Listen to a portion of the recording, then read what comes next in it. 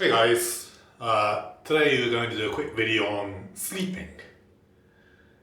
Now, I think I've had more trouble trying to fix my sleep than almost any other health issue, and there's way more to cover on it than I could possibly talk about in one video.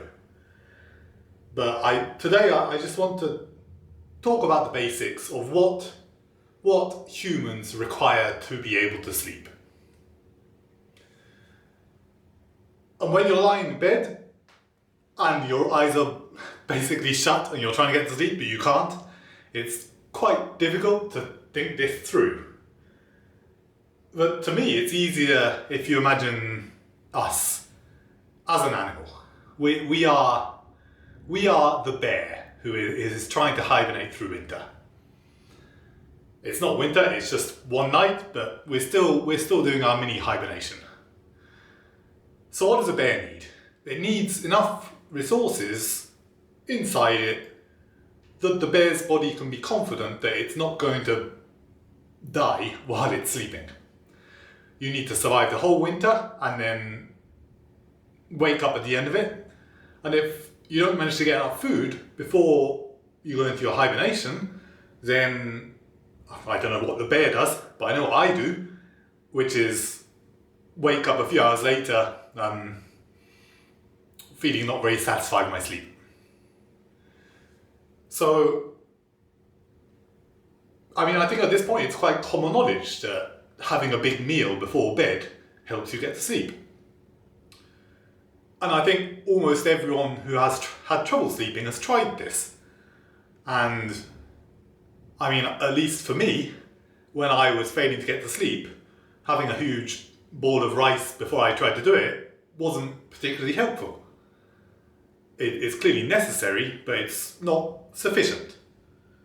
So, just having the food in there isn't enough. But what I found is your body requires sufficient ability to process the food and generate energy from it to be able to sleep. And what in effect this means is the Krebs cycle, the citric acid cycle, is working effectively.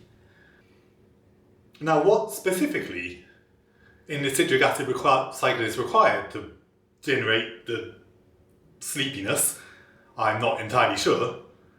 But what I do know is what vitamins I take which immediately help me to get my body into the mode which makes it sleepy. And I don't know how much common knowledge this is, but the citric acid cycle mostly works on B vitamins. Like transforming glucose into pyruvate and then moving it into acetyl-CoA and all the parts that move in the citric acid cycle works on B2 and B3, niacin, pantothenic acid, I don't know how to pronounce that. B1 is also important, but it's mostly B vitamins that make that whole process work. So, is it a lack of B vitamins that stops us from being able to sleep? In my case, a lot of the times, yes. The biggest one I have found that helps me sleep is B2. If I have a big meal, and then I have a B2 supplement right before bed, I will be knocked off in about 10 minutes. There are other, as I said, like niacin and then pantothenic acid, which is B5. B1 is, in my experience, not so useful for getting to sleep, but is very useful for sleep duration and waking up feeling refreshed. But yeah, I think if you can't get to sleep, the first thing to try would be a good B vitamin before bed. Now, does a B complex work? Not necessarily, unfortunately. And the not necessarily reason is because B9 and B12, folate and B12, are quite stimulatory. Especially B9 for me is very, if I take a large B9 supplement late in the day, I will never get to sleep. So in my experience, you're better off having individual B vitamins, especially the B2, and take it on its own before bed with a big meal, and hopefully you'll get off to sleep quite quickly. Now, is that alone sufficient? Maybe not for everyone. There are other reasons you might not be able to get to sleep. I think probably everyone knows some of these, like it's mostly stimulants, so if you have like a big coffee before bed, you're probably not going to be able to get to sleep very well.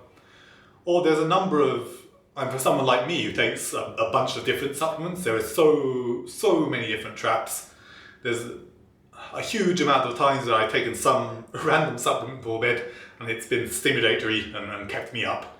And these are not like exotic herbs, these are things like minerals, like just copper or some amino acid. There's just a huge number of different traps. So it's not necessarily going to be just B vitamins getting you sorted, but you at least do need the B vitamins and the energy metabolism to be able to get to bed.